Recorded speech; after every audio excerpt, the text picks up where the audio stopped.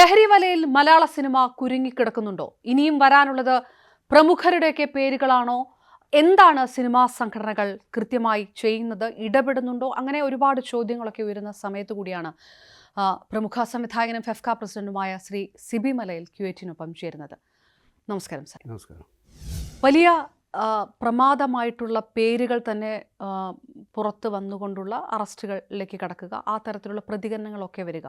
അപ്പോഴും ഒരു വിഭാഗം പറയുന്നത് എല്ലാ കാലത്തും മലയാള സിനിമ ഈ ലഹരി അല്ലെങ്കിൽ മറ്റേതെങ്കിലും ലഹരിയുടെ പിടിയിലൊക്കെ ആയിരുന്നു, ഇതിലിത്ര അസ്വാഭാവികമായിട്ട് കാണണ്ട എന്നൊക്കെയാണ്. പതിറ്റാണ്ടുകളായിട്ട് സിനിമയുടെ ഭാഗമായിട്ടുള്ള താങ്കളെപ്പോലുള്ളവർ ആ തരത്തിലാണോ ഈ വിഷയങ്ങളെ എടുക്കുന്നത്? ഇല്ല, ഇത് അത്രയും ലൈറ്റായിട്ട് കാണേണ്ട ഒരു കാര്യമല്ല. അതിന് ഗൗരവതരമായൊരു രീതിയിൽ അതിനെ നമ്മൾ വിലയിരുത്തേണ്ടതുണ്ട്. വർഷങ്ങളായിട്ട് ഇങ്ങനെയൊക്കെ ഉള്ള രീതിയിലാണ് സിനിമ നടന്നു പോന്നിരുന്നത് എന്നുള്ളൊരു വ്യാഖ്യാനം അത്ര ശരിയല്ല. തീർച്ചയായിട്ടും പൊതുസമൂഹത്തിൽ നിന്നും സിനിമാ പ്രവർത്തകർക്ക് വേറിട്ടൊരു എക്സിസ്റ്റൻസ് ഒന്നും ഇല്ല. എല്ലാവരും അവരെ പോലെയൊക്കെ തന്നെയാണ്. സാധാരണക്കാർ ചെയ്യുന്ന രീതിയിലുള്ള ജീവിത സാഹചര്യങ്ങളാണ് എല്ലാവരും കടന്നു പോകുന്നത്. മദ്യപാനം ഒക്കെ സാധാരണമായി നമ്മുടെ ആൾക്കാരുടെ ഇടയിലുള്ളതുപോലെ സിനിമയിലുള്ളവർക്കും ഉണ്ടായിരുന്നു എന്ന് വാസ്തവമാണ്. പക്ഷേ അതൊന്നും വർക്ക് സ്പേസിലേക്ക് വന്നിരുന്നില്ല. അവർ സ്വകാര്യതയിലിരുന്നുകൊണ്ട് അവർ മദ്യപിക്കുന്നവരോ അല്ലെങ്കിൽ പുകവലിക്കുന്നവരോ ആയിട്ടുള്ള അല്ലെങ്കിൽ ഇത്തരത്തിലുള്ള സിന്തറ്റിക് അല്ലാത്ത ലഹരി വലിച്ചിരുന്ന ആൾക്കാരുമൊക്കെ ഉപയോഗിച്ചിരുന്ന ആൾക്കാരുമൊക്കെ മുമ്പ് കാലങ്ങളിൽ ഉണ്ടായിരുന്നു. പക്ഷേ അതൊന്നും വർക്കിനെ ബാധിക്കുകയോ വർക്ക് സ്പേസിൽ അതിൻ്റെ ഒരു അലോസരം ഉണ്ടാക്കുന്ന അവസ്ഥയിലേക്ക് അതൊന്നും പോയിരുന്നില്ല. പക്ഷേ പിന്നീട് അത്തരത്തിലുള്ള വാർത്തകൾ നമ്മുടെ മുമ്പിലേക്ക് എത്തുമ്പോൾ അത് ആശങ്ക ഉണ്ടാക്കുന്നത് തന്നെയാണ്. ഒരുപാട് പ്രതീക്ഷ നൽകി വന്ന സംവിധായകർ, ഇപ്പോൾ ഖാലിദ് റഹ്മാനെയൊക്കെ പോലെ, ഇപ്പോൾ ഷൈൻ ടോം ജോക്ക് ഒക്കെ ആണെങ്കിലും ഇവരൊക്കെ അവരുടെ ഒരു എക്സിസ്റ്റൻസ് തെളിയിച്ച ആൾക്കാരാണ്. അങ്ങനെ ഒരു സ്പാർക്ക് മലയാള സിനിമയ്ക്ക് കൊടുത്തിട്ടുള്ളവരാണ്. ഒരു വല്ലാത്ത നിരാശയും ഒരു ആശങ്കയും ഒക്കെ സിനിമാ മേഖലയ്ക്ക് തന്നെ തോന്നുന്നുണ്ടോ? ഇത് ഈ തരത്തിലാണ് പോകുന്നതെങ്കിൽ ക്രിയേറ്റിവിറ്റിയെ ഇത് മോശമായിട്ട് ബാധിച്ചേക്കാം എന്നുള്ളൊരു തോന്നലുണ്ടോ? തീർച്ചയായിട്ടും ഈ പറയുന്ന ആൾക്കാരൊക്കെയും നല്ല കലാകാരന്മാരാണ്, കഴിവുള്ളവരാണ്. അവരത് നമ്മൾക്ക് ബോധ്യപ്പെടുത്തിയിട്ടുള്ളവരാണ്. അവരുടെ സിനിമകളിലൂടെ, അഭിനയത്തിലായാലും സംവിധാനത്തിലായാലും അവർ ചെയ്ത മേഖലകളിൽ അവരുടെ ആ പ്രാവീണ്യം നമുക്ക് ബോധ്യപ്പെട്ടിട്ടുള്ളതാണ്. ആ പേരുകളൊക്കെ ഇവിടെ പരാമർശിക്കപ്പെടുമ്പോൾ അല്ലെങ്കിൽ ഈ രീതിയിൽ വാർത്തകളിലേക്ക് എത്തുമ്പോൾ നമ്മളെ അത് ഡിസ്റ്റർബ് ചെയ്യുന്നുണ്ട്. പ്രത്യേകിച്ചും ഇൻഡസ്ട്രിയിൽ കാലങ്ങളായി പ്രവർത്തിച്ചു വരുന്ന ഞങ്ങളെപ്പോലുള്ളവർക്ക് അത് ആശങ്ക ഉണർത്തുന്നത് തന്നെയാണ്. അത് ഒരു ക്രിയേറ്റിവിറ്റിയെ പരിപോഷിപ്പിക്കാൻ വേണ്ടി ചെയ്യുന്നതാണെന്നൊക്കെയുള്ള ഒരു ചിന്ത അവർക്കുണ്ടെങ്കിൽ അതൊരു തെറ്റായ ചിന്തയാണ്. ക്രിയേറ്റിവിറ്റി എന്ന് പറയുന്നത് ലഹരിയുടെ ഒരു ഉന്മാദത്തിൻ്റെ അവസ്ഥയിൽ നിന്നുകൊണ്ട് ചെയ്യേണ്ടതല്ല. അത്തരത്തിൽ ഇതിനെ അവരുടെ ക്രിയേറ്റിവിറ്റിയെ ഇത് എൻഹാൻസ് ചെയ്യുന്നവർ ധരിക്കുന്നുണ്ടെങ്കിൽ അതും ശരിയല്ല. അതൊക്കെ താൽക്കാലികമായ ചില ഒരു ധാരണകൾ മാത്രമാണ്. അതിൽ നിന്ന് പുറത്തു വന്നുകൊണ്ട് നല്ല സിനിമകൾ ചെയ്യാൻ കഴിയുന്നൊരു യങ് ഫിലിം മേക്കേഴ്സിനെ നമുക്ക് ആവശ്യമുണ്ട്.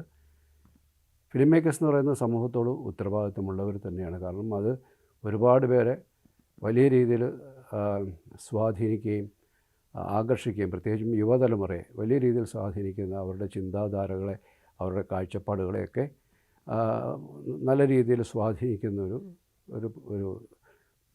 ഒരു കലാരൂപമായതുകൊണ്ട് തന്നെ ഉത്തരവാദിത്തത്തോടെ ചെയ്യേണ്ടുന്ന ഒരു ജോലി കൂടിയാണ് അതെന്നാണ് എൻ്റെ ഒരു നിലപാടൊക്കെ.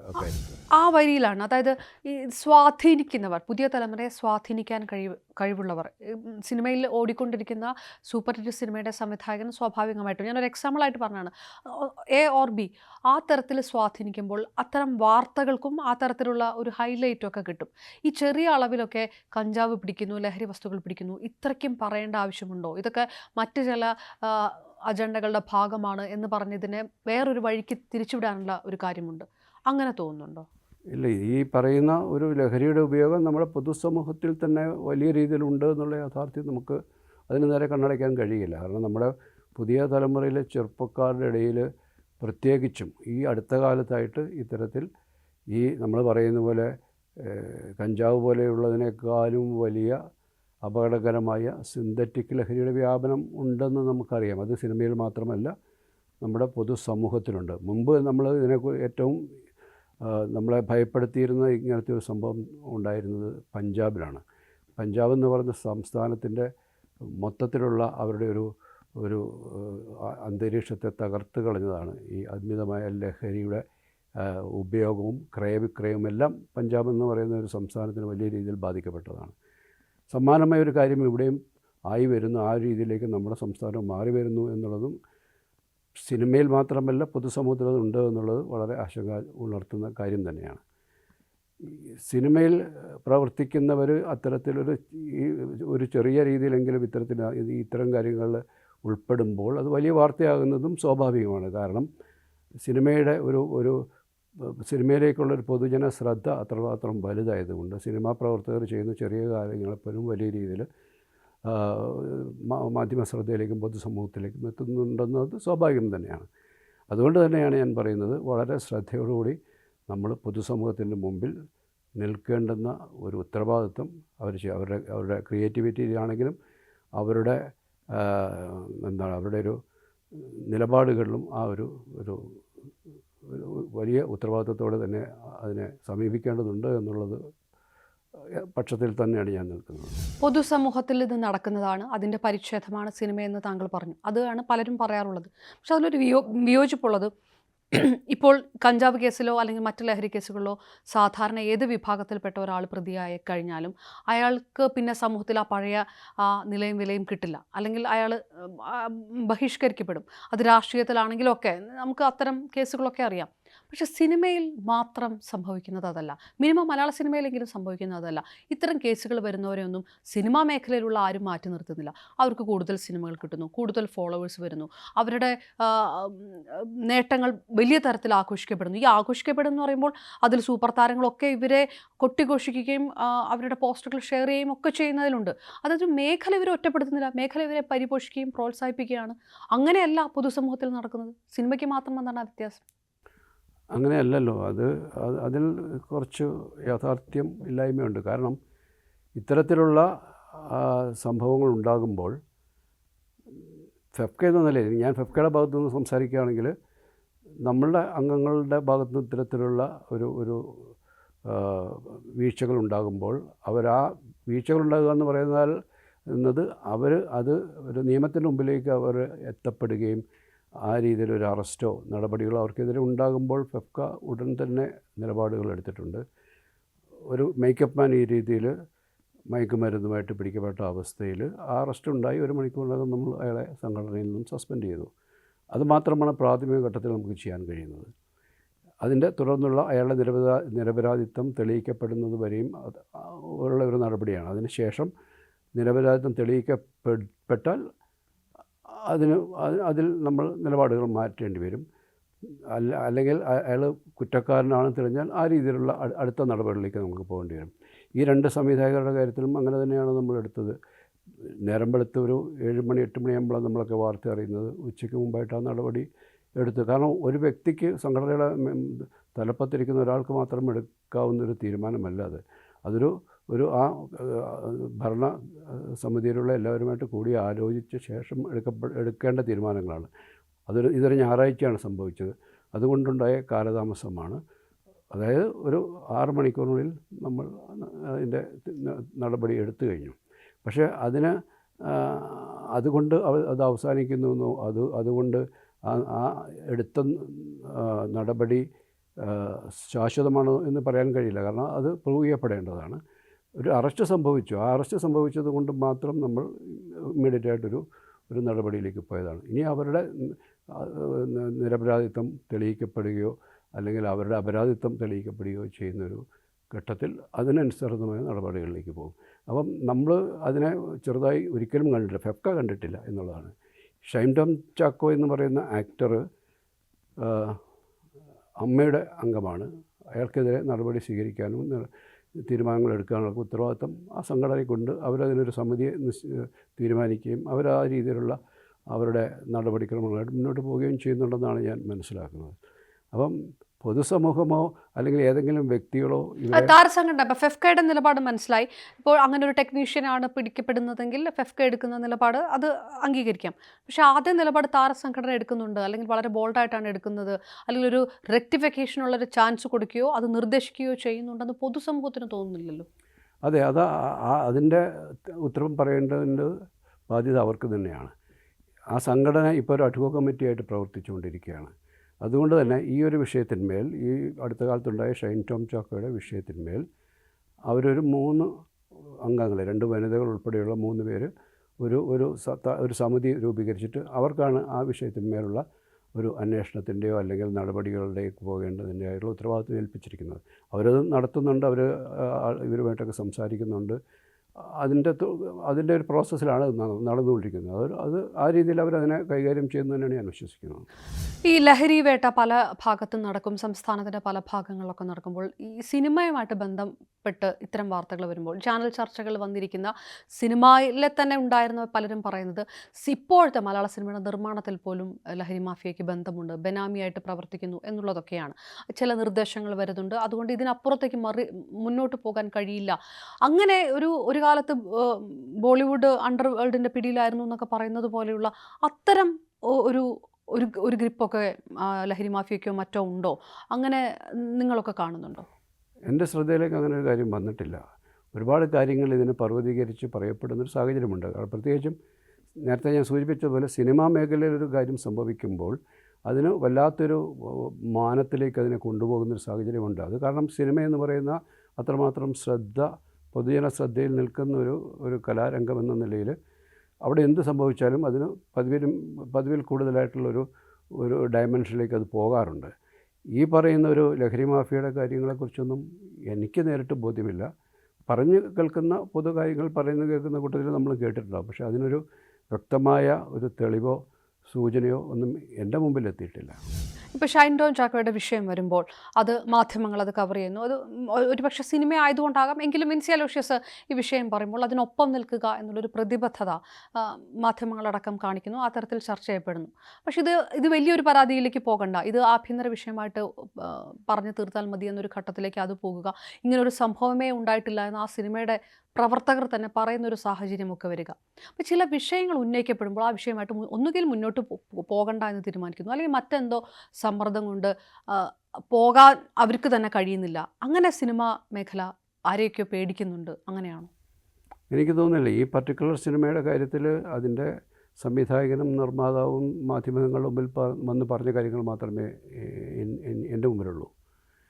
അതിലവർ പറയുന്നത് അവരുടെ ലൊക്കേഷനിൽ അങ്ങനെ ഒരു പരാതി ഷൂട്ടിംഗ് സമയത്ത് ഉണ്ടായിട്ടില്ല എന്നുള്ളതാണ്. പിന്നീട് ഷൂട്ടിംഗ് എല്ലാം കഴിഞ്ഞ ശേഷമാണ് ഇങ്ങനൊരു പരാതി അവരുടെയും ശ്രദ്ധയിലേക്ക് വരുന്നത്.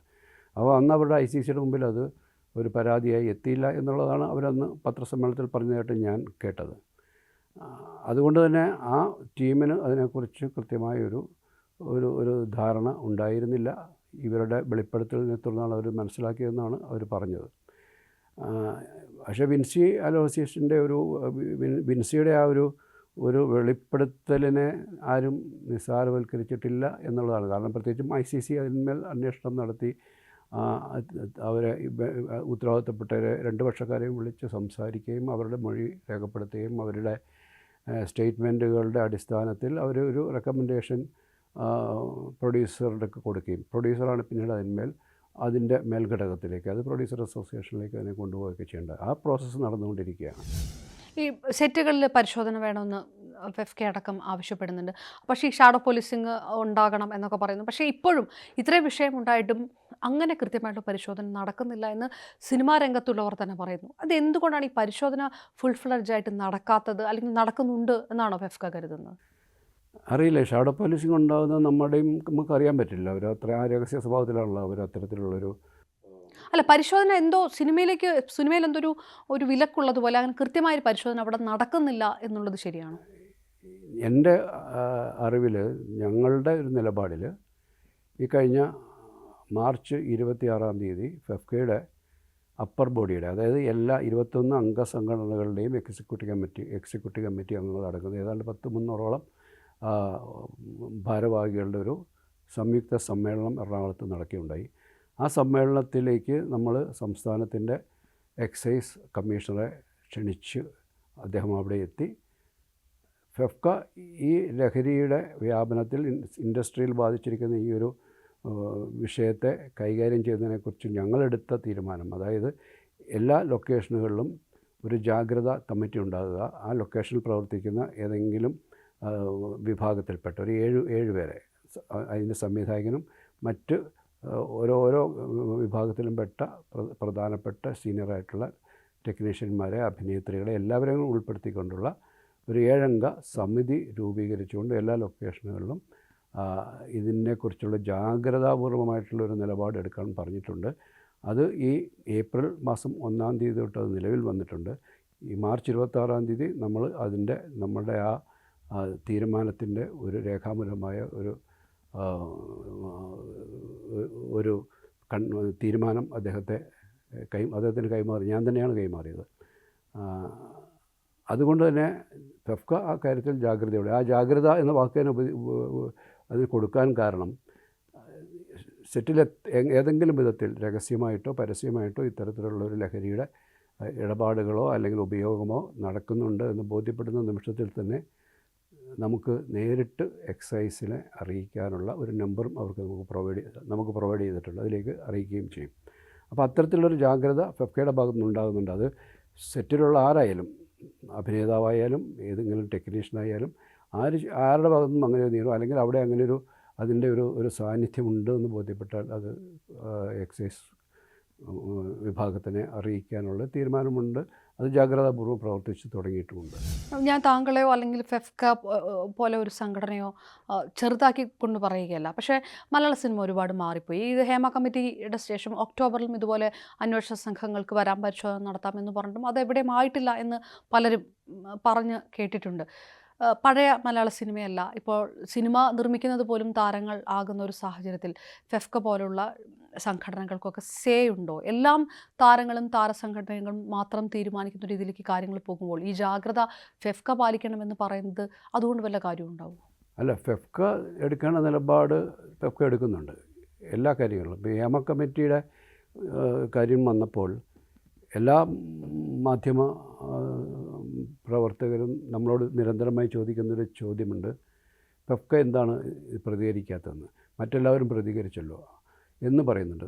മറ്റ് സംഘടനകളൊക്കെ ഇമ്മീഡിയറ്റ് ആയിട്ടുള്ള പ്രതികരണം നടത്തി. പക്ഷേ ഫെഫ്കയെ സംബന്ധിച്ചിടത്തോളം അങ്ങനെ ഒറ്റ വാക്കിന് പറഞ്ഞ് പ്രതികരിക്കേണ്ട ഒരു വിഷയമല്ല. അത് വളരെ അവധാനതയോടെ ആ വിഷയത്തെ മനസ്സിലാക്കിക്കൊണ്ട് അതിൽ എന്തൊക്കെ കറക്റ്റീവ് മെഷേഴ്സ് നമ്മൾ എടുക്കണമെന്ന് ഞങ്ങളുടെ അംഗസംഘടനകളിൽ പ്രവർത്തിക്കുന്ന ആൾക്കാരെ എല്ലാം വിളിച്ചു വരുത്തി ഞങ്ങളേതാണ്ട് 5 ദിവസം നീണ്ട ഒരു കോൺക്ലേവ് നടത്തി. ഒരു ദിവസം ഞങ്ങൾക്ക് 21 അംഗസംഘടനകളാണുള്ളത്.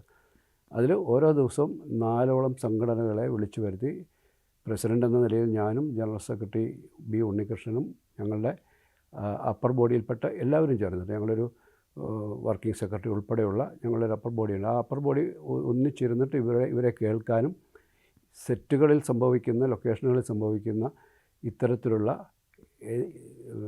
സ്ത്രീ വിഷയത്തിലോ അല്ലെങ്കിൽ സ്ത്രീകൾക്ക് എതിരെ ഉണ്ടാകുന്ന ആക്രമണങ്ങളിലോ ഇടപെടലുകളോ മാത്രമല്ല, പൊതുവായിട്ട് നമുക്ക് കറക്ഷൻ വേണ്ടുന്ന സിനിമയുടെ സുഗമമായ പ്രവർത്തനത്തിന് വിഘാതമാകുന്ന എന്തൊക്കെ നിലവിലിപ്പോൾ ഇൻഡസ്ട്രിയിലുണ്ടോ അതിനെയൊക്കെ അഡ്രസ്സ് ചെയ്യുകയാണ്. ഹേമ കമ്മിറ്റി എന്ന ഒറ്റ വിഷയത്തിലേക്ക് മാത്രം കേന്ദ്രീകരിക്കാതെ ഇനിയും ഭാവിയിൽ ചിലപ്പോൾ മറ്റ് വിഷയങ്ങളും ഇത്തരത്തിൽ ചർച്ച ചെയ്യപ്പെടേണ്ടി വരുന്നൊരു സാഹചര്യം ഒഴിവാക്കുന്നതിന് വേണ്ടിയിട്ട് ഭക്ഷണത്തിൻ്റെ കാര്യത്തിലുള്ള വേർതിരിവുണ്ടെങ്കിൽ, റൂമുകൾ കൊടുക്കുന്ന കാര്യത്തിലുള്ള വേർതിരിവുണ്ടെങ്കിൽ, അങ്ങനെ ഓരോ സ്ത്രീകൾക്ക് ഏറ്റവും സേഫായിട്ട് അവരുടെ ടോയ്ലറ്ററി സൗകര്യങ്ങൾ ഇതൊക്കെ ഉറപ്പാക്കുന്നുണ്ട്. ഔട്ട്ഡോറുകളിലൊക്കെ ചെല്ലുമ്പോൾ ഏറ്റവും കൂടുതൽ സ്ത്രീകൾ നേരിടുന്നൊരു പ്രശ്നം ഒരു ടോയ്ലറ്റ് സംവിധാനങ്ങളില്ല എന്നുള്ളതൊക്കെ. അപ്പം ഓരോരുത്തരും നേരിടുന്ന എല്ലാ വിഭാഗങ്ങളുടെയും വിളിച്ചു വരുത്തി അവരവരുടെ ഇഷ്യൂസിനെ ഞങ്ങൾ അഡ്രസ്സ് ചെയ്ത് മനസ്സിലാക്കിക്കൊണ്ട് വനിതകളെ മാത്രം, സിനിമയിൽ പ്രവർത്തിക്കുന്ന വനിതാ വനിതകളുടെ മാത്രം ഒരു ഗ്യാതറിങ്ങും ഇതിനോടൊപ്പം നടത്തി. ഇവരിൽ നിന്നെല്ലാം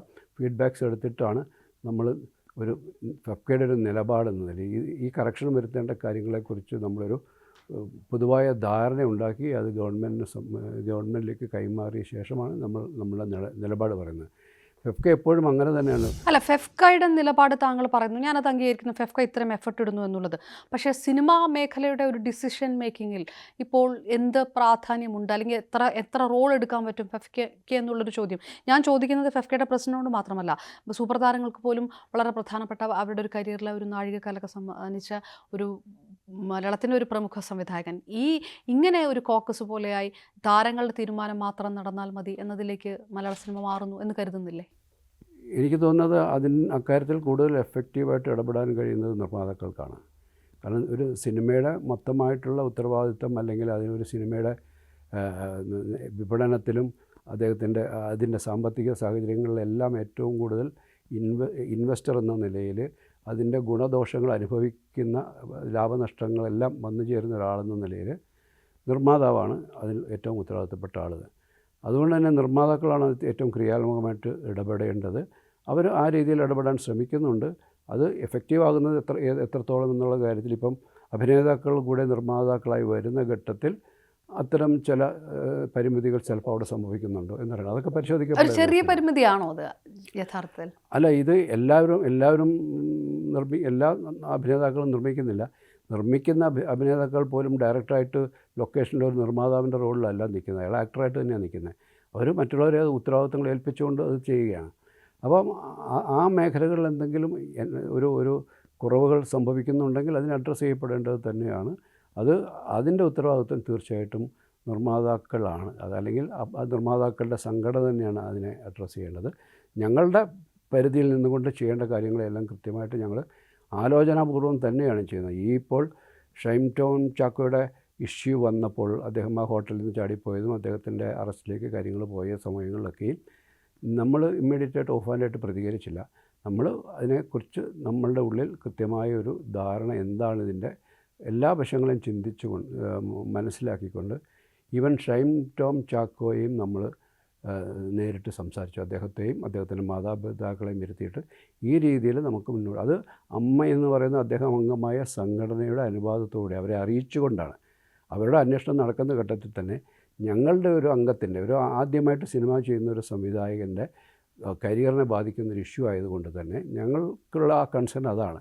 ഒരു പുതുമുഖ സംവിധായകൻ വരികയും അദ്ദേഹത്തിൻ്റെ സിനിമയിൽ ഇങ്ങനൊരു ഇഷ്യൂ ഉണ്ടാകുകയും ആ സിനിമയുടെ ഭാവി എന്താണെന്ന് അത് റിലീസ് ചെയ്യാൻ കഴിയുമോ, അല്ലെങ്കിൽ അതിൻ്റെ റിലീസിനെ അല്ലെങ്കിൽ അതിൻ്റെ പ്രേക്ഷകരുടെ മുമ്പിലേക്ക് അത് എത്തുമ്പോൾ അതുണ്ടാകുന്ന പ്രതികരണത്തെക്കുറിച്ചൊക്കെയുള്ള ഒരു ആശങ്ക ആ സംവിധായകനുണ്ട്.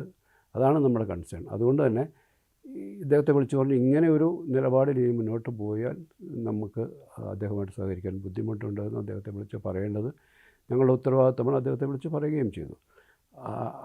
ആ ഒരു രീതിയിൽ നമുക്ക് കടന്നു ചെല്ലാവുന്ന എല്ലാ ഇടങ്ങളിലേക്കും നമ്മൾ കടന്നു ചെന്ന് പറയുന്നുണ്ട്. അതൊരു അതിരുകടന്ന ഇടപെടലായി വ്യാഖ്യാനിക്കപ്പെടുന്നതിൽ നമുക്കൊന്നും ചെയ്യാൻ കഴിയില്ല. പക്ഷേ അത് ചെയ്യേണ്ടതാണ്. കാരണം നമ്മുടെ സംവിധായകൻ്റെ അല്ലെങ്കിൽ നമ്മുടെ ടെക്നീഷ്യൻ്റെ താല്പര്യങ്ങളെ സംരക്ഷിക്കാനുള്ള ഉത്തരവാദിത്വം ഉണ്ട് എന്നുള്ള ബോധ്യത്തിൽ നിന്നാണ്. ഈ അതിരുകടന്ന ഇടപെടലായിട്ട് അത് വ്യാഖ്യാനിക്കപ്പെടുന്നുണ്ടോ? ആ തരത്തിലുള്ളൊരു സ്വീകാര്യത താങ്കൾ അടക്കമുള്ള അത്തരം സീനിയേഴ്സിൻ്റെ ഇൻസ്ട്രക്ഷൻ പോലും അത് കിട്ടുന്നുണ്ടോ ശരിക്കും പുതിയ ആൾക്കാരിൽ നിന്നൊക്കെ? അല്ല, പുതിയ ആൾക്കാർ ഇപ്പം ലൊക്കേഷനുകളിൽ നടക്കുന്ന ഒരുപാട് തെറ്റായ പ്രവണതകളെക്കുറിച്ചൊക്കെ നമ്മൾ പറഞ്ഞു കേട്ടിട്ടുണ്ട്. എൻ്റെ ഒന്നും ലൊക്കേഷനിൽ അങ്ങനെ സംഭവിച്ചിട്ടില്ല.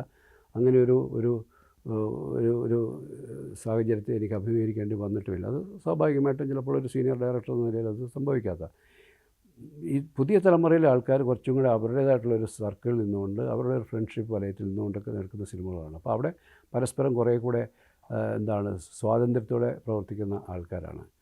ഇപ്പോൾ ഷൈൻ ടോം ചാക്കോയുടെ ആദ്യത്തെ 2015 അദ്ദേഹത്തിന് ഉണ്ടായ ആദ്യത്തെ അറസ്റ്റിൻ്റെ സമയത്ത് അദ്ദേഹം ശ്രീ കമലിൻ്റെ സഹസംവിധായകനായിട്ടാണ് സിനിമയിലേക്ക് വന്നത്. ആദ്യമായിട്ട് അഭിനയിച്ചതും കമലിൻ്റെ കൂടെ ഗദ്ദാം എന്ന സിനിമയിലാണ് പ്രധാന റോളിൽ അഭിനയിക്കുന്നത്.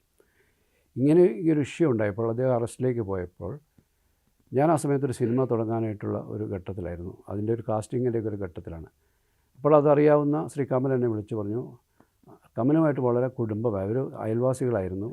ചെറുപ്പകാലം തൊട്ട് കമലിൻ്റെ മകനും ഷൈനും ഒരേ പ്രായക്കാരാണ്, ഒന്നിച്ച് വളർന്നവരാണ്, കുടുംബപരമായി വരെ അടുപ്പമുള്ളവരാണ്.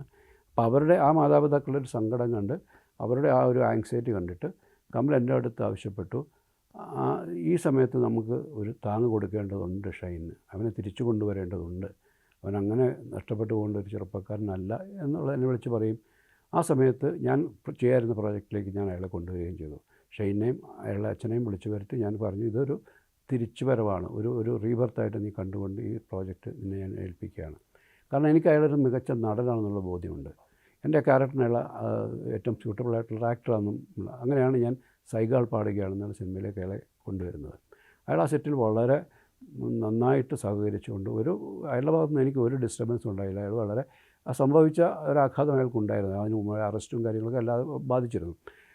അങ്ങനെ ആ സിനിമയിൽ എന്നെ സംബന്ധിച്ചിടത്തോളം ഏറ്റവും നന്നായിട്ട് കംഫർട്ടബിളായിട്ട് വർക്ക് ചെയ്തൊരു ആർട്ടിസ്റ്റാണത്. ഞാൻ പറഞ്ഞു വരുന്നത് നമ്മളുടെ ഒരു പൊതു നിലപാടെന്ന് പറയുന്നത് ഒരാളെ തള്ളിക്കളയാൻ എളുപ്പമാണ്.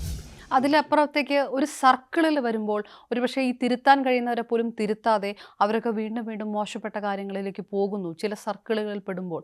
അങ്ങനെ ഒരു സർക്കിളുകൾ സിനിമയിലുണ്ട് ഇപ്പോൾ, കൂടുതൽ ശക്തമായിട്ടുണ്ട്. തീർച്ചയായിട്ടും അവരുടെ ഒരു കൂട്ടുകെട്ടിൻ്റെയാണ്. ഇതാ പറയുന്നത്, ഇവരൊന്നും അത്ര മച്യൂറായിട്ട് ചിന്തിക്കുന്ന ആൾക്കാരല്ല. അവർ ചില താൽക്കാലികമായ സന്തോഷങ്ങളുടെ പുറകെ സഞ്ചരിക്കുന്നവരാണ്. എല്ലാവരും കൂടെ കൂടുമ്പോൾ ഇതൊക്കെ ഒരു തമാശയായിട്ട് നിസ്സാരമായിട്ട് കാണുന്ന സാഹചര്യമുണ്ട്. അതൊരു എന്താണ്, അതിനെ നമ്മൾ ഒരു ബാലിശമായ ഒരു അപ്രോച്ചായിട്ട് തന്നെയാണ് കാണേണ്ടത്. കാരണം അവർ അത്ര ഗൗരവമേ അവർ കൊടുക്കുന്നുള്ളൂ. ഇപ്പോൾ ഷൈൻ്റെ കാര്യത്തിൽ ഷൈൻ പിന്നീട് വീണ്ടും ഇത്തരത്തിലേക്ക് വീണ്ടും അതിലേക്ക് പെട്ടുപോവുകയൊക്കെ ചെയ്തു. ഈ കഴിഞ്ഞ ദിവസം ഷൈൻ എൻ്റെയും ഞങ്ങളുടെ ഓഫീസിലേക്ക് ഷൈനും അമ്മയും വന്നിട്ട്, അമ്മയും അച്ഛനും അദ്ദേഹത്തിൻ്റെ അനിയനും വന്നു. അവിടെ വെച്ച് അദ്ദേഹം നമ്മുടെ മുമ്പിൽ കൺഫസ് ചെയ്തു, ഞാൻ ലഹരി ഉപയോഗിക്കുന്ന ആളാണ്, ഞാൻ അഡിക്റ്റാണ്, എനിക്കൊന്ന് തിരിച്ചു വരാൻ ഒരവസരം. അയാൾ എൻ്റെ മുമ്പിൽ കരഞ്ഞെന്ന് ചോദിച്ചു, എനിക്കൊരവസരം കൂടി തരുമോ എന്ന് ചോദിച്ചു. അപ്പോൾ ഞാൻ പറഞ്ഞു, ഒരവസരം ഞാൻ അന്ന് തന്നതാണ്, പക്ഷേ അതുകൊണ്ട് നിനക്ക് തിരിച്ചു വരാൻ കഴിഞ്ഞില്ല. ഓക്കെ, ഒരവസരം കൂടി തരാൻ ഞങ്ങൾക്ക് മടിയില്ല, പക്ഷേ യു ഹാവ് ടു അണ്ടർഗോ ഒരു പ്രൊഫഷണൽ ഹെൽപ്പ് നിനക്ക് വേണം, ഒരു മെഡിക്കൽ സപ്പോർട്ട് നിനക്ക് വേണം ഇതിൽ നിന്ന് പുറത്തു വരാൻ. നീ തന്നെ വിചാരിച്ചാൽ അത് സംഭവിക്കുന്ന ഒരു ഘട്ടം കഴിഞ്ഞു പോയിരിക്കുന്നു. യു ഹാവ് ടു, നീ തന്നെ തീരുമാനിക്കണം, നിൻ്റെ തീരുമാനമാണ്, നിൻ്റെ തീരുമാനമുണ്ടെങ്കിലേ നിന്നെ ഹെൽപ്പ് ചെയ്യാൻ പറ്റുള്ളൂ. അതിനുള്ള ബാക്കി സംവിധാനങ്ങളെ ഒരുക്കാനായിട്ട് നമുക്ക് നിന്നെ സഹായിക്കാൻ കഴിയും. അങ്ങനെ ഇന്ത്യയിലെ ഏറ്റവും പ്രമുഖമായ ഒരു റീഹാബിലിറ്റേഷൻ സെൻറ്ററിലേക്ക്, ഡി അഡിക്ഷൻ സെൻറ്ററിലേക്ക് അയാളെ പോകാനായിട്ടുള്ള നിർദ്ദേശം നമ്മൾ കൊടുത്തു. അതിനുശേഷമാണ് അദ്ദേഹത്തെ ചോദ്യം ചെയ്യാനായിട്ട് ഇപ്പോൾ ആലപ്പുഴയിലേക്ക് വിളിച്ചു വരുത്തിയതും പോലീസ് തന്നെ അങ്ങനെ ഒരു നടപടിയിലേക്ക് പോയതും. നമ്മൾ പറയുന്നത് ഇതിനകത്ത് എല്ലാവരും ക്രിമിനലുകളോ കുഴപ്പക്കാരോ അപകടകാരികളോ ഒന്നുമില്ല. അവരായി പെട്ടുപോകുന്ന ഒരവസ്ഥയാണ്. അതൊരു മാനസികമായ അവസ്ഥയാണ്, ശാരീരികമായ അവസ്ഥ. അഡിക്ഷൻ എന്ന് പറയുന്നത് അതാണ്. നമുക്ക് തള്ളിക്കളയാൻ എളുപ്പമാണ്, ഒരാളെ തിരിച്ചു കൊണ്ടുവരാൻ വലിയ പാടാണ്. ആ തിരിച്ചു വരാനുള്ള ശ്രമങ്ങൾ കൂടിയാണ്. അവരാ തിരിച്ചു വരവിന് തയ്യാറാകാൻ മാനസികമായിട്ട് തയ്യാറാകുന്നെങ്കിൽ, ആഗ്രഹിക്കുന്നുവെങ്കിൽ അവർ ചെയ്ത കുറ്റത്തെ നിസ്സാരവൽക്കരിച്ചുകൊണ്ടല്ല ഞാനീ പറയുന്നത്. എങ്കിലും സമൂഹത്തിനും നമുക്ക് ഓരോരുത്തർക്കും അവരെയൊക്കെ തിരിച്ചു കൊണ്ടുവരേണ്ട ആവശ്യമുണ്ട്, ഉത്തരവാദിത്തമുണ്ട്. ആവശ്യമെന്ന് പറയുന്നത് അവർ മികച്ച കലാകാരന്മാരാണ്. അവരങ്ങനെ അവരുടെ ഈ കലാപരമായ സിദ്ധികളെ അങ്ങനെ നമ്മൾ ഒരു കുറ്റവാളി എന്ന നിലയിൽ തള്ളിക്കളഞ്ഞ് സമൂഹത്തിൽ നിന്നും ഇല്ലാതാക്കി മാറ്റി നിർത്തപ്പെടേണ്ടവരല്ല. തിരിച്ചു കൊണ്ടുവരാനും തിരിച്ചു വരണമെന്ന് ആഗ്രഹിക്കുന്ന അതിനോട് ചേർത്ത് നിർത്തുന്നൊരു മാനുഷികമായ നിലപാട് അതിലെടുക്കേണ്ടതുണ്ട് എന്നാണ് എൻ്റെ വ്യക്തിപരമായ ഒരു കാഴ്ചപ്പാട്. അതിൻ്റെ കൂടെയാണ് ഞാൻ ആ സമയത്ത് ആ രീതിയിലാണ് ഞാൻ അന്നും ഇന്നും ഷൈനോട് ഇടപെട്ടിട്ടുള്ളത്. അത് പരിപൂർണമായിട്ടും അംഗീകരിക്കേണ്ട കാര്യം. അപ്പോഴും ഇങ്ങനെ തിരിച്ചു വരാൻ തയ്യാറാകുന്നവരെ പോലും അങ്ങനെ അതിൽ സമ്മതിക്കാത്ത രീതിയിലുള്ള ഒരു കോക്കസ് പോലെ നിൽക്കുക. താങ്കൾ ബാലിശം എന്ന് പറഞ്ഞെങ്കിലും പുറത്ത് നിൽക്കുമ്പോൾ അതത്ര ബാലിശമായിട്ടുള്ള ഒരു കൂട്ടുകെട്ടാണ് എന്ന് തോന്നുന്നില്ല. ഈ പലതരത്തിലുള്ള വിശേഷിപ്പിക്കലൊക്കെ പുറത്തുനിന്ന് വന്നിട്ടുണ്ട്. മട്ടാഞ്ചേരി മാഫിയാണ് സിനിമയിലുള്ളതെന്ന് പറയുന്നു, ചിലർ കൊച്ചി ബേസ് ചെയ്തിട്ടുള്ള ഒരു കോക്കസാണ് എന്ന് പറയുന്നു. അങ്ങനെ കുറച്ച് ഒരു ടീമിനെ, ഒരു ജോണർ ഓഫ് സിനിമ മേക്കിങ്ങിൻ്റെ ഒരു ടീമാണ് ഇതിന് പിറകിലെന്നുള്ള ആരോപണം സിനിമാ മേഖലയിൽ നിന്നുള്ളവർ തന്നെ ഉന്നയിച്ചിട്ടുണ്ട്. അതിലർത്ഥമുണ്ടോ? ഇല്ല, അത്തരം ആരോപണങ്ങളെ അല്ലെങ്കിൽ അത്തരം ഒരു സ്ഥലത്തിൻ്റെ പേരിൽ, ഒരു കൂട്ടത്തിൻ്റെ പേരിൽ ഒരു പൊതുവായ ആരോപണം ഉന്നയിക്കുന്നതിനകത്ത് കാര്യമില്ല. കാരണം അത് അങ്ങനെ ഒരു പ്രദേശത്തുള്ളവർ മാത്രം ചെയ്യുന്നൊരു പ്രവൃത്തിയാണോ, അല്ലെങ്കിൽ ഒരു പർട്ടിക്കുലർ വിഭാഗത്തിൽപ്പെട്ടവരോ അല്ലെങ്കിൽ ഒരു ടീമോ അങ്ങനെയുള്ള ഒരു കാര്യമായിട്ടല്ല. ഇത് പൊതുവായിട്ട് ഇത് എല്ലായിടത്തും ഉണ്ട്, പൊതുസമൂഹത്തിലുണ്ട്. ആ പൊതുസമൂഹത്തിൽ നടക്കുമ്പോൾ ഇവിടെയും സംഭവിക്കുന്നുണ്ട്. ഞാൻ പൊതുസമൂഹത്തിൽ നടക്കുന്നതുകൊണ്ട് സിനിമയിൽ നടക്കുന്നതിനെ ന്യായീകരിക്കുകയല്ല. നമ്മളെല്ലാവരും പൊതുസമൂഹത്തിൻ്റെ ഭാഗം തന്നെയാണ്. നമ്മളിതിനെല്ലാം ഇതിൻ്റെയൊക്കെ ഭാഗമായി നിൽക്കുമ്പോൾ അത്തരം കെട്ടുപാടുകളിൽ വീണു പോകുന്നത്. സാർ, ഞാൻ കുറച്ചും കൂടി വ്യക്തമായിട്ട് ചോദിച്ചത്, കുറച്ച് വിഭാഗം ഇതൊക്കെ ആയിട്ട് നടക്കുന്നു, മറ്റു ചില വിഭാഗങ്ങൾക്ക് ഇതൊന്നുമില്ല, അവർ വൃത്തിക്കുള്ള സിനിമ പിടിച്ചു പോവുകയാണ്. അങ്ങനെ പറയുന്നതിൻ്റെ സിനിമയ്ക്കകത്തെ ഒരു കുടിപ്പകയും അല്ലെങ്കിൽ അങ്ങനത്തെ ഇഷ്യൂസ് ഉണ്ട്. അതുകൊണ്ടാണോ ഒരു സെറ്റ് ഓഫ് ഫിലിം മേക്കേഴ്സാണ് ഇതിന് പിറകിലെന്ന് ആൾക്കാർ ആരോപിക്കുന്നത്? അങ്ങനെ ഒരു കുടിപ്പകയുടെ കാര്യമില്ല. കാരണം അവരെല്ലാം ഈ പറയുന്ന ഇത്തരത്തിൽ ആരോപണം നേരിടുന്ന ആൾക്കാരൊക്കെ നല്ല ബ്രില്യൻ്റ് ആയിട്ടുള്ള ഫിലിം മേക്കേഴ്സാണ്, നല്ല സിനിമകൾ തന്നവരാണ്. അല്ല, തിരുവനന്തപുരം ലോബിക്ക് ഇതിനകത്ത് പങ്കുണ്ടെന്ന് പറയുന്നില്ല, ഒരു കൊച്ചി ലോബി മാത്രമാണ് ഈ ഡ്രഗ്സിൻ്റെ പിറകിൽ എന്ന് പറയുന്ന അതാണ് ഞാൻ അങ്ങനെ clarify ഒരു ചെയ്തത്. ലോബി നിലവിലില്ല. പണ്ട് കാലത്ത് തിരുവനന്തപുരം ലോബി, കൊച്ചി ലോബി എന്നൊക്കെ പറയുന്നത്, അങ്ങനെ ഒരു ലോബി ഇപ്പോഴില്ല. ഇപ്പോൾ സിനിമ പൂർണ്ണമായിട്ടും കേന്ദ്രീകരിക്കപ്പെട്ടിരിക്കുന്നത് കൊച്ചിയിലാണ്. സിനിമയുടെ എല്ലാ പ്രവർത്തനങ്ങളും 90% നടക്കുന്നത് കൊച്ചി കേന്ദ്രീകരിച്ചാണ്. അതിൻ്റെ ഷൂട്ടിംഗ് മാത്രമാണ് മറ്റു സ്ഥലങ്ങളിലേക്ക് വ്യാപിക്കുന്നത്. അതിൻ്റെ പോസ്റ്റ് പ്രൊഡക്ഷൻ പൂർണ്ണമായിട്ടും അല്ലെങ്കിൽ പ്രീ പ്രൊഡക്ഷൻ പോലും നടക്കുന്നത് കൊച്ചി കേന്ദ്രീകരിച്ച് തന്നെയാണ്. അതുകൊണ്ട് അങ്ങനെ ഒരു പ്രാദേശികമായ ഒരു ലോബിയുടെ ഒരു ലേബലിംഗ് കൊടുക്കേണ്ട കാര്യമില്ല. സിനിമയിൽ വ്യാപകമായിട്ട് ഇതിൻ്റെ ഉപയോഗമുണ്ട് എന്നുള്ളത് വാസ്തവമാണ്. അത് ഇന്ന ലോബിയിൽപ്പെട്ട ആൾക്കാരാണ് എന്നൊക്കെ പറഞ്ഞ് മാറ്റി നിർത്താനല്ല. അതിനകത്ത് വ്യക്തികളാണ്, ഇതെല്ലാം വ്യക്തികളാണ്. ആ വ്യക്തികൾ കൂട്ടുകൂടുമ്പോൾ സംഭവിക്കുന്നതാണ്. അവർ കൊച്ചിയിലുള്ളവർ മാത്രമല്ല, മട്ടാഞ്ചേരിയിൽ മാത്രമുള്ളവരല്ല, അവർ കേരളത്തിലെ വിവിധ ഭാഗങ്ങളിൽ നിന്ന് കൊച്ചിയിൽ താമസിച്ചുകൊണ്ട് സിനിമയിൽ പ്രവർത്തിക്കുന്നവരാണ്. അപ്പോൾ അങ്ങനെ ഒരു പ്രദേശത്തെ മാത്രം ആരോപണത്തിലേക്ക് ഒരു മുൻപിലേക്ക് കൊണ്ടുവരേണ്ട കാര്യമില്ല. ഇത് ഉപയോഗിക്കുന്നവരെ എല്ലാം നമ്മൾ തിരികെ കൊണ്ടുവരാൻ ശ്രമിക്കാൻ ഉള്ള ഉത്തരവാദിത്വം ഒരു മുതിർന്ന ഒരു ഫിലിം ഒരു വ്യക്തി, ഒരു പേഴ്സണാലിറ്റി എന്ന നിലയിൽ ഞാൻ ആ രീതിയിലാണ് അവരെ കാണാൻ ശ്രമിക്കുന്നത്. കാരണം they have proved themselves as a very talented എന്താണ് ക്രിയേറ്റീവ് സിദ്ധികളുള്ള ആൾക്കാരാണ്. അവരെ തള്ളിക്കളയാതെ ചേർത്ത് നിർത്താൻ കഴിഞ്ഞാൽ ഇനി നമുക്ക് നല്ല സിനിമ ഉണ്ടാവും. അത് കഴിയട്ടെ. അതിന് തയ്യാറാകുന്നവരെ നമ്മൾ അവർക്ക് നേരെ പുറംതിരിഞ്ഞ് നിൽക്കരുതെന്നാണ്. തയ്യാറാകാത്തവരോട് നമുക്കൊന്നും ചെയ്യാൻ കഴിയില്ല. അവർ തിരിച്ച് വരാൻ ഉള്ളൊരു ഈ ഷൈൻ എൻ്റെ മുമ്പിൽ വന്ന് നിന്ന് ഒരവസരം കൂടി തരാമോ എന്ന് ചോദിച്ചതുപോലെ അവരുടെ ഉള്ളിലൊക്കെ ആ ചോദ്യം ഉണ്ടാകുന്ന ഒരു സന്ദർഭം ഉണ്ടാകട്ടെ. അവരെയും ചേർത്ത് നിർത്താൻ ഇൻഡസ്ട്രി തയ്യാറാകണം, പൊതുസമൂഹം തയ്യാറാകണം. നമ്മളിപ്പം സോഷ്യൽ മീഡിയയിലൊക്കെ ഇവരെയൊക്കെ പെട്ടെന്ന് അബ്യൂസ് ചെയ്ത് തള്ളിക്കളഞ്ഞ് അവരെ വലിയ കുഴപ്പക്കാരാന്നൊക്കെ പറഞ്ഞ് അവരെ അങ്ങോട്ട് മാറ്റുമ്പോൾ അവർ വീണ്ടും വീണ്ടും വീണ്ടും അവർ മാനസികമായിട്ട് തകർന്നു പോവുകയും അവർ പൊതുധാരയിൽ നിന്നോ പുറത്താക്കപ്പെടുകയും ചെയ്യുന്നൊരു പ്രവണത ശരിയല്ല. ആരോടായാലും നമ്മളത് കമ്പാഷനേറ്റായിട്ട് തന്നെ ചെയ്യണം എന്നുള്ളൊരു വളരെ വ്യക്തിപരമായ നിലപാടുള്ള ആളാണ്. പൊതുസമൂഹത്തിൻ്റെ ഒരു വിമർശനത്തെക്കുറിച്ചാണ് പറയുന്നത്. ഫെഫ്കയുടെ വളരെ ഉത്തരവാദിത്തത്തോടുകൂടി സംസാരിക്കേണ്ട പ്രസിഡന്റിന് അപ്പുറത്തേക്ക് മലയാള സിനിമയുടെ ഇത്രയും കാലം ഇതിനൊപ്പം ഉണ്ടായിരുന്ന സംവിധായകനോട് ചോദിക്കുമ്പോൾ ഈ പഴയ താങ്കളുടെ കാലത്ത് ഇങ്ങനെ ആയിരുന്നില്ല എന്ന് പറഞ്ഞു. ഇപ്പോഴത്തെ മലയാള സിനിമയും അതിൻ്റെ ഉള്ളറകളും ഒക്കെ ഒരുപാട് മാറി എന്നുള്ളത് ഈ പഴയ സംവിധായകനെ പോലും ഇതിൽ നിന്നൊരല്പം മാറ്റി നിർത്തുന്നുണ്ടോ? താങ്കൾ പോലും അങ്ങനെ പരിപൂർണമായിട്ട് സജീവമല്ലാത്തത് ഈ മലയാള സിനിമാ മേഖലയിലെ മാറ്റം കൊണ്ടൊക്കെയാണ്? അതെ, സിനിമ അങ്ങനെയാണല്ലോ, സിനിമ മാറിക്കൊണ്ടിരിക്കും. ഇപ്പം ഞാൻ സിനിമയിലേക്ക് സജീവമായി വന്ന കാലത്ത് എനിക്ക് മുമ്പേ സഞ്ചരിച്ചവരുന്നവരൊക്കെ അവരുടെയൊക്കെ എല്ലാവർക്കും ഒരു പ്രൈം പീരീഡ് ഉണ്ട് സിനിമയിൽ.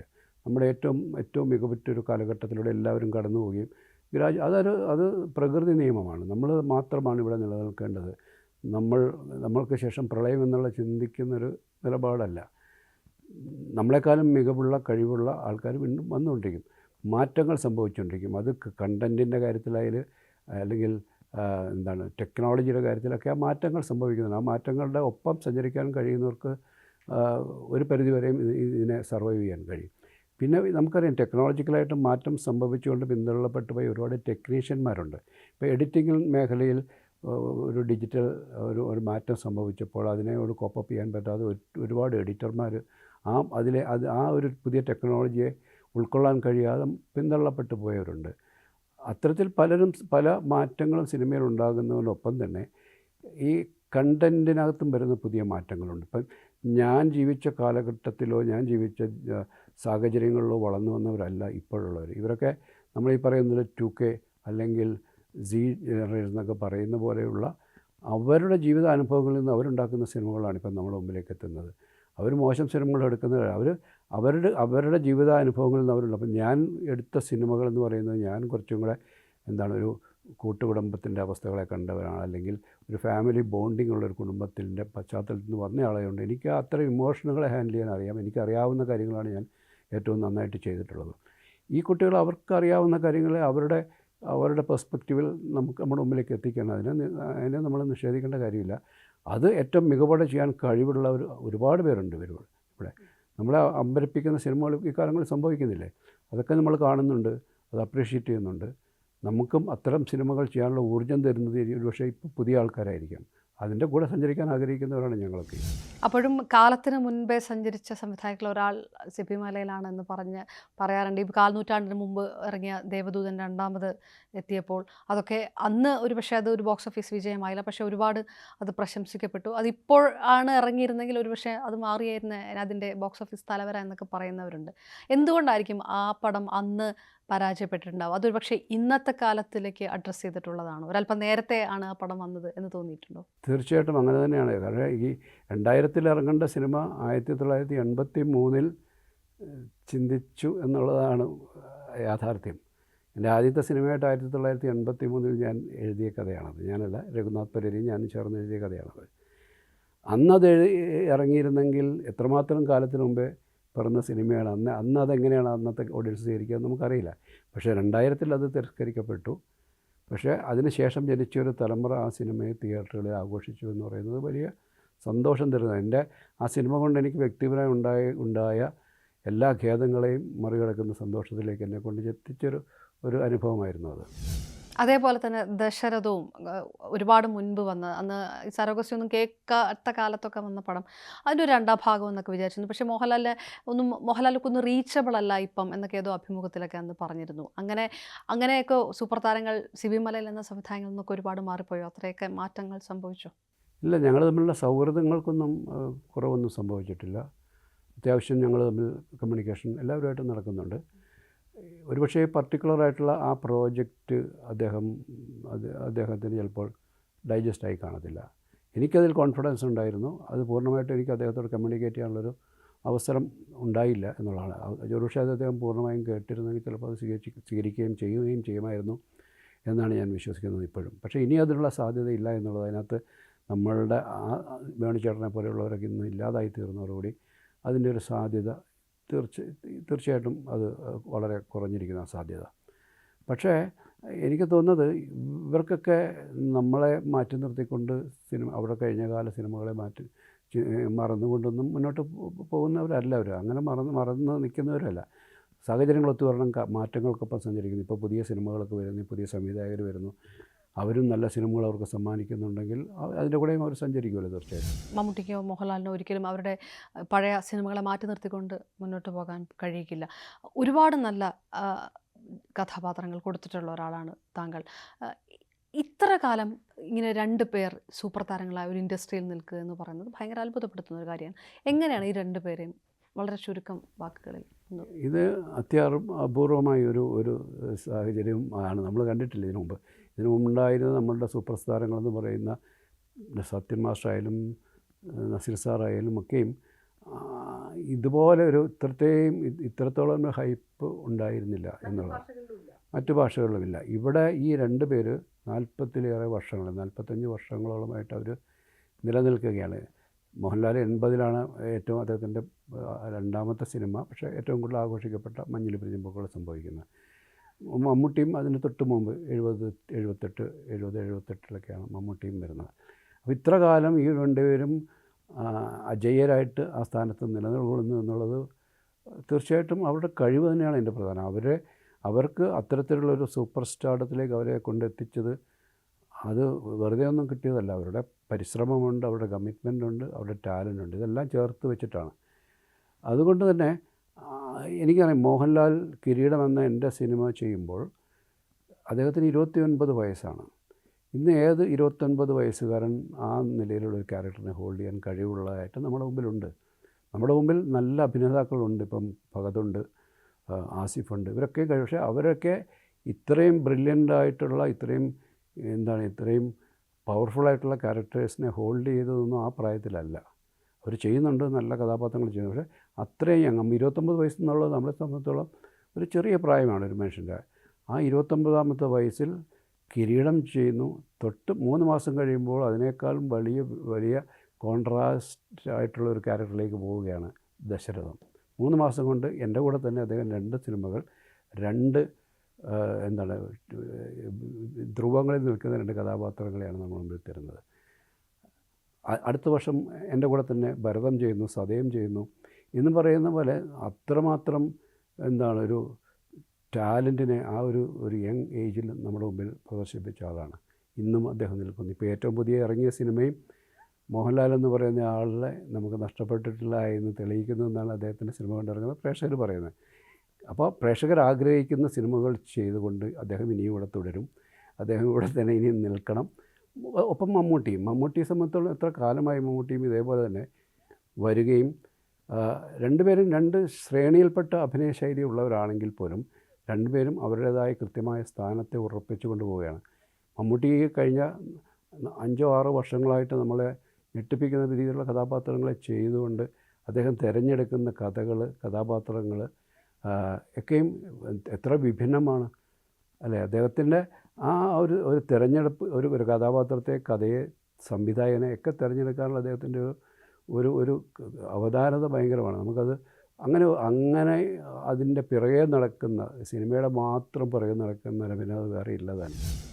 ഇപ്പോൾ ഈ പഴയ സിനിമകളുടെ വളരെ ആ ഒരു നൊസ്റ്റാൾജിക് പീരീഡ് ഇപ്പോൾ മലയാള സിനിമയിൽ വീണ്ടും വരുന്നത് ഒന്നുമില്ലെങ്കിൽ റീമേക്കുള്ള സോങ് ആയിരിക്കും, ഇല്ലെങ്കിൽ ഇത് പരാമർശിക്കപ്പെടുന്നതായിരിക്കും. താങ്കളുടെ ആദ്യ സിനിമ മുത്താരംകുന്ന് പിയോ രേഖാചിത്രത്തിൽ പരാമർശിക്കപ്പെടുക, ഇത് കഴിഞ്ഞ ശേഷം മുത്താരംകുന്ന് പിയോ സെർച്ച് ചെയ്തൊക്കെ നോക്കുണ്ടായി ആ കഥാപാത്രവുമായിട്ട് ബന്ധപ്പെട്ടൊക്കെ അങ്ങനെയുള്ളൊരു തിരിച്ചുപോക്കൊക്കെ ഉണ്ട്. അതെങ്ങനെയാണ് നിങ്ങളൊക്കെ കാണും? അത് നല്ലതാണ്. ഇത്തരം ഈ നമ്മളെ സംബന്ധിച്ചിടത്തോളം വിസ്മരിക്കപ്പെട്ടു പോയ ചില നല്ല വർക്കുകളൊക്കെ വീണ്ടും പൊതുജന ശ്രദ്ധയിലേക്ക് വരുന്നു എന്നുള്ളത് നല്ല കാര്യമാണ്. കാരണം ഇവരതൊന്നും ജനിച്ചിട്ടില്ല. ഈ പറയുന്ന ഇപ്പോൾ ചെയ്യുന്ന ഈ സിനിമകളൊക്കെ ചെയ്ത ആൾക്കാർ അത് ജനിച്ചിട്ട് പോലുമില്ല. അപ്പോൾ ഇപ്പോൾ അതിന് വാല്യൂ കൊടുക്കുന്നു. ഇപ്പോൾ എന്നെ സംബന്ധിച്ചിടത്തോളം എൻ്റെ ആ ഈ 80s എൻഡിലും 90s തുടക്കത്തിലും ഞാൻ ചെയ്ത സിനിമകളൊക്കെ അവർ ഇപ്പോൾ കാണുകയും അതിനെക്കുറിച്ച് കമൻറ്റ് പറയുകയും എന്നെ നേരിട്ട് വിളിക്കുകയും ഒക്കെ ചെയ്യുന്നത് നമ്മളെ സംബന്ധിച്ചോളം ഒരു വളരെ സന്തോഷം തരുന്ന അനുഭവങ്ങളാണ്. ഇപ്പോൾ സതയം എന്ന് പറയുന്ന സിനിമ വലിയ രീതിയിൽ ചർച്ച ചെയ്യപ്പെടുന്നൊരു സമയമാണ്. അന്ന് ആ സിനിമ തിയേറ്ററിൽ പൂർണ്ണമായിട്ടും നിരാകരിക്കപ്പെട്ട സിനിമയാണ്. പക്ഷേ ഇന്ന് മോഹൻലാൽ എന്ന നടൻ അന്നത് ചെയ്തു വെച്ചില്ലോ എന്നൊക്കെ പറഞ്ഞ് അത്ഭുതപ്പെടുന്ന ചെറുപ്പക്കാരുണ്ട്. ഒരു സോഷ്യൽ മീഡിയ ഡിസ്കഷനിൽ ഞാൻ കേട്ടത്, തനിയാവർത്തനം എന്ന് പറഞ്ഞൊരു സിനിമ മുമ്പുണ്ടായിരുന്നു, അതിനകത്ത് മമ്മൂട്ടി ചെയ്തു വെച്ചേക്കുന്നത് എന്താണ് എന്നൊക്കെ ഇപ്പോൾ മനസ്സിലാക്കാം. അവരൊക്കെ ഇപ്പോഴായിരിക്കും അത് കാണുന്നത്. അപ്പോൾ അത്തരത്തിലുള്ള സിനിമകൾ അവർ ഇത്രയും പ്രഗത്ഭരായ അഭിനേതാക്കളും അന്നത്തെ ടെക്നീഷ്യന്മാരൊക്കെ ചെയ്തു വെച്ചത് പുതിയ തലമുറ ആസ്വദിക്കുകയും അതിനെക്കുറിച്ച് സംസാരിക്കുകയൊക്കെ ചെയ്യുന്നത് ഞങ്ങളെപ്പോലുള്ളവർക്ക് വലിയ സന്തോഷവും അഭിമാനവും തരുന്ന കാര്യം തന്നെയാണ്. ഒരുപാട് നല്ല കണ്ടന്റ് ഇപ്പോഴും വരുന്നുണ്ട്. നേരത്തെ പറഞ്ഞതുപോലെ അപ്പോൾ എഴുത്തുകാരും വളരെ ശക്തമായിട്ടുള്ള എഴുത്തുകാരുണ്ട്. അപ്പോഴും MT ലോഹിതദാസനെയൊക്കെ പോലെ അങ്ങനെ അതായത് സിബി മലയിലൊക്കെ പോലുള്ള സംവിധായകർക്ക് പരമാവധി ദൃശ്യവൽക്കരിക്കാനുള്ള ഓപ്ഷൻസ് കൊടുക്കുന്ന അങ്ങനത്തെ ചില കണ്ടന്റ് അത് ശരിക്കും ഉണ്ടാകുന്നുണ്ടോ ഇപ്പോഴും? അപൂർവമായിട്ട് സംഭവിക്കുന്നുണ്ട്. അത് ഇപ്പം ശ്യാം പുഷ്കറിനെ പോലുള്ള എഴുത്തുകാരൊക്കെ ആ രീതി, അദ്ദേഹത്തിൻ്റെ എല്ലാ സിനിമകൾക്കും ഏതെങ്കിലും ഒരു ശക്തമായ ഒരു തിരക്കഥാകൃത്തെന്ന് അദ്ദേഹം സ്വയം സ്ഥാപിച്ചെടുക്കാൻ അദ്ദേഹത്തിന് കഴിഞ്ഞിട്ടുണ്ട്. അങ്ങനെ ഒരുപാട് പേരുണ്ട്. ഞാനിപ്പോൾ പെട്ടെന്ന് മനസ്സിൽ വന്നൊരു പേര് പറഞ്ഞതേ ഉള്ളൂ. അത്തരത്തിലുള്ള ആൾക്കാർ കാരണം ഞാൻ നേരത്തെ പറഞ്ഞ പോലെ അവരുടെ ജീവിതാനുഭവങ്ങളിൽ നിന്നുകൊണ്ട് അവരുണ്ടാക്കുന്ന കഥകളെ നമ്മൾ ആ കാഴ്ചപ്പാടിൽ തന്നെ കാണുകയും ആസ്വദിക്കുകയും ചെയ്യേണ്ടതാണെന്നാണ് ഞാൻ വിശ്വസിക്കുന്നത്. ഈ പഴയ സംവിധായകർ നിന്ന് പിന്നെയും സിനിമകൾ വരുമ്പോൾ നമ്മൾ നേരത്തെ പറഞ്ഞ പോലെ എല്ലാവർക്കും ഒരു പീക്ക് ടൈം ഉണ്ട്, അത് കഴിഞ്ഞാൽ അത് മാറിക്കൊടുക്കണം എന്നുള്ളതാണ്.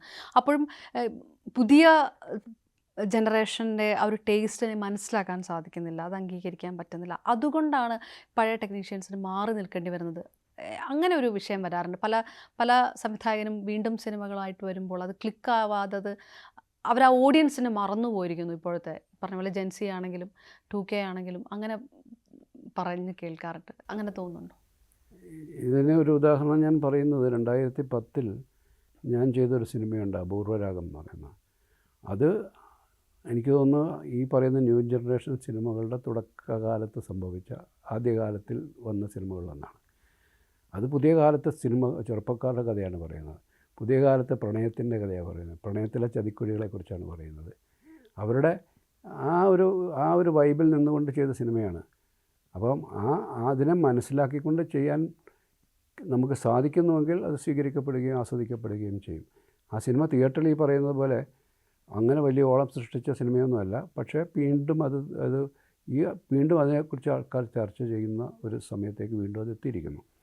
അപ്പം ഈ നമ്മുടെ ഈ പുതിയ തിയേറ്ററുകളിലേക്ക് ആദ്യം വരുന്ന ഓഡിയൻസ് എന്ന് പറയുന്നത്, അല്ലെങ്കിൽ തിയേറ്ററുകളിലേക്ക് സിനിമ സസ്റ്റെയിൻ ചെയ്യാൻ കാരണക്കാരാകുന്നത് പുതിയ തലമുറയിലെ പ്രേക്ഷകരാണ്.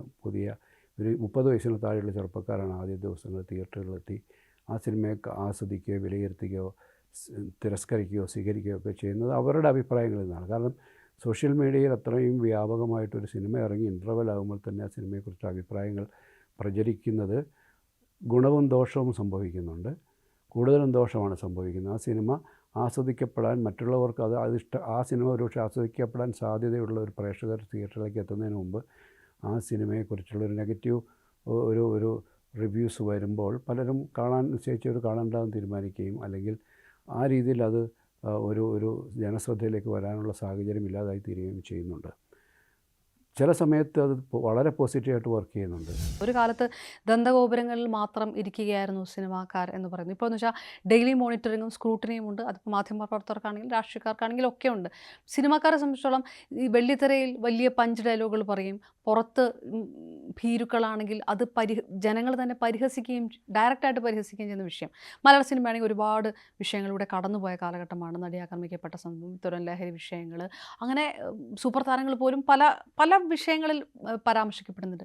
ഇത് ശരിക്കും പറഞ്ഞാൽ സിനിമാക്കാർ കുറച്ചും കൂടെ പൊതുബോധം ഉള്ളവർ, അല്ലെങ്കിൽ ആ ഒരു പൊതുബോധം ഏത് തരത്തിലാണോ അതനുസരിച്ച് പെരുമാറണം, അങ്ങനെ അവരെ മാറ്റിയിട്ടുണ്ടോ? ഇല്ല, ഇത് സംഭവിക്കുന്നത് വെച്ചാൽ ഈ സോഷ്യൽ മീഡിയയിൽ വരുന്ന ഒരു കമൻറ്റുകളുണ്ട്. അതിന് നമ്മൾ എന്ത് ചെയ്താലും അമ്മയെ തല്ലിയാൽ 2 പക്ഷം എന്ന് പറയുന്ന പോലെ നമ്മൾ എന്ത് ചെയ്താലും അതിന് 2 പക്ഷത്തു നിന്നും സംസാരിക്കുന്ന ആൾക്കാരുണ്ട്. നല്ലതാണെന്ന് കരുതി ചെയ്യുന്നതിനെ പോലും അതിനകത്തൊരു നെഗറ്റീവ് കാണാൻ ശ്രമിക്കുന്ന ആൾക്കാരുണ്ട്. ഒരാൾ തെറ്റ് ചെയ്താലും അതിനെ ന്യായീകരിക്കാൻ ശ്രമിക്കുന്ന ആൾക്കാരുണ്ട്. അപ്പം ഈ ഒരു പൊതുസമൂഹത്തിൻ്റെ മനസ്സിനെ നമുക്കൊരിക്കലും അങ്ങനെ അസസ് ചെയ്യാൻ കഴിയത്തില്ല. അവരെന്തിനെയാണ് അവരുടെ അസസ്മെൻറ്റിനുകൾക്കൊക്കെ സ്വാധീനം ചെലുത്തുന്നത് ഈ ആളുടെ മുൻകാലങ്ങളിലുള്ള ഏതെങ്കിലും കമൻറ്റുകളോ നിലപാടുകളോ ഒക്കെ തന്നെയായിരിക്കണം. അപ്പോൾ അത്തരത്തിൽ അവരൊരിക്കലും ആരാധിച്ചിരുന്ന ആളെ ഇപ്പോൾ ചിലപ്പോൾ ഒരു നിസ്സാര കാര്യത്തിൻ്റെ പേരിൽ അയാളെ ആക്രമിക്കുന്ന, അയാളെ തള്ളിക്കളയുന്ന, തിരസ്കരിക്കുന്ന ഒരു സാഹചര്യങ്ങളൊക്കെ നമ്മൾ സമീപകാലത്തും കാണുന്നുണ്ട്. തുറന്ന് പറയുന്ന അല്ലെങ്കിൽ നിലപാടെടുക്കുന്ന ചില യുവതാരങ്ങൾക്കൊക്കെ നല്ല കൈയടിയും കിട്ടുന്നുണ്ട്. തീർച്ചയായിട്ടും അങ്ങനെയും സംഭവിക്കുന്നുണ്ട്. അത്തരം നിലപാടുകൾ എടുക്കാൻ ഉള്ള ഒരു ബോൾഡ്നെസ് ഉള്ള ആൾക്കാർ നമ്മുടെ ഇടയിലുണ്ട്. പക്ഷേ അവർക്ക് പോലും പിന്നീട് കല്ലേറ് കിട്ടുന്ന അവസ്ഥകളും ഉണ്ടാകുന്നുണ്ട്. അടുത്ത ഒരു സിനിമ പ്രോജക്റ്റ് ഒരുപക്ഷെ അത് വളരെ അവധാനത്തോടു കൂടിയാണോ ആലോചിക്കുന്നത്? എങ്ങനെയാണ് സിബി മലയിൽ സംവിധായകൻ? ഞാൻ 2-3 പ്രോജക്റ്റുകളുടെ ആലോചനയിലാണ്. ഞാനതിൻ്റെ വളരെ ശ്രദ്ധയോടുകൂടിയുള്ളൊരു പ്രോജക്റ്റാണ്. കാരണം നമ്മളിനി എത്ര സിനിമകൾ ചെയ്യാനുള്ളൊരു സാഹചര്യം നമുക്കുണ്ടാകുമെന്ന് അറിയില്ല. പക്ഷേ ഇനി ചെയ്യുന്ന സിനിമകൾക്ക് എന്നിൽ നിന്നും ആൾക്കാർ പ്രതീക്ഷിക്കുന്ന, എന്ന് വെച്ചാൽ കാലത്തിന് മുമ്പേ പിറന്ന സിനിമ പോലെ എന്നല്ല പറയുന്നത്, ഞാൻ ചെയ്തു വെച്ച സിനിമകളുടെ കാഴ്ചപ്പാടിൽ നിന്നുള്ള ആൾക്കാർ ഞാൻ ചെയ്യാൻ പോകുന്ന സിനിമയെക്കുറിച്ചൊരു പ്രതീക്ഷ ഉണ്ടാവില്ല.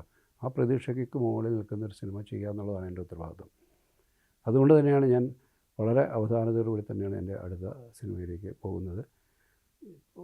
പിന്നെ ഉള്ളത് പുതിയൊരു മേഖലയിൽ തുറന്നു കിട്ടിയിരിക്കുന്നത് വെബ് സീരീസുകളാണ്. അപ്പോൾ അത്തരത്തിലുള്ളൊരു പ്രോജക്റ്റിൻ്റെയും കൂടെ പുറകിലാണ് ഞാനിപ്പോൾ കഴിഞ്ഞ ഒരു വർഷത്തോളമായിട്ട്. അപ്പം അത്തരത്തിൽ വളരെ എൻ്റെ കരിയറിലെ ഞാൻ എപ്പോഴും ചിന്തിക്കുന്നത് my best is yet to come എന്നുള്ളതാണ്. അങ്ങനെ ചിന്തിക്കുകയാണ് ഏറ്റവും പോസിറ്റീവായിട്ടുള്ളൊരു കാര്യം എന്ന് പറയുന്നത്. കാരണം ഞാൻ ചെയ്യേണ്ടതെല്ലാം ചെയ്തു കഴിഞ്ഞു, എൻ്റെ ഏറ്റവും മികച്ച സിനിമ ഞാൻ ചെയ്തു കഴിഞ്ഞു എന്ന് ഞാൻ ചിന്തിച്ചാൽ എൻ്റെ വളർച്ച അവിടെ മുരടിച്ചു എന്നാണ് ചിന്തിക്കുന്നത്. അപ്പോൾ എൻ്റെ ഏറ്റവും നല്ല സിനിമ ഇനിയും വരാനിരിക്കുന്നു എന്നുള്ളൊരു വിശ്വാസത്തിലും ബോധ്യത്തിലും നിന്നുകൊണ്ടാണ് ഞാൻ ഓരോ സിനിമയെ സമീപിക്കുന്നത്. അങ്ങനെയുള്ള സംഭവിക്കാനുള്ളൊരു കാത്തിരിപ്പിലാണ്. തീർച്ചയായിട്ടും കാലത്തിന് മുന്നേ പറഞ്ഞ ആശയങ്ങൾ നൽകിയ സംവിധായകനാണ്. ഇനിയിപ്പോൾ അങ്ങനെയും പുതിയ തലമുറയ്ക്കും ആ തരത്തിലുള്ള അനുഭവമാകട്ടെ എന്ന് പ്രാർത്ഥിക്കുന്നു. വളരെയധികം നന്ദി. താങ്ക്സ്.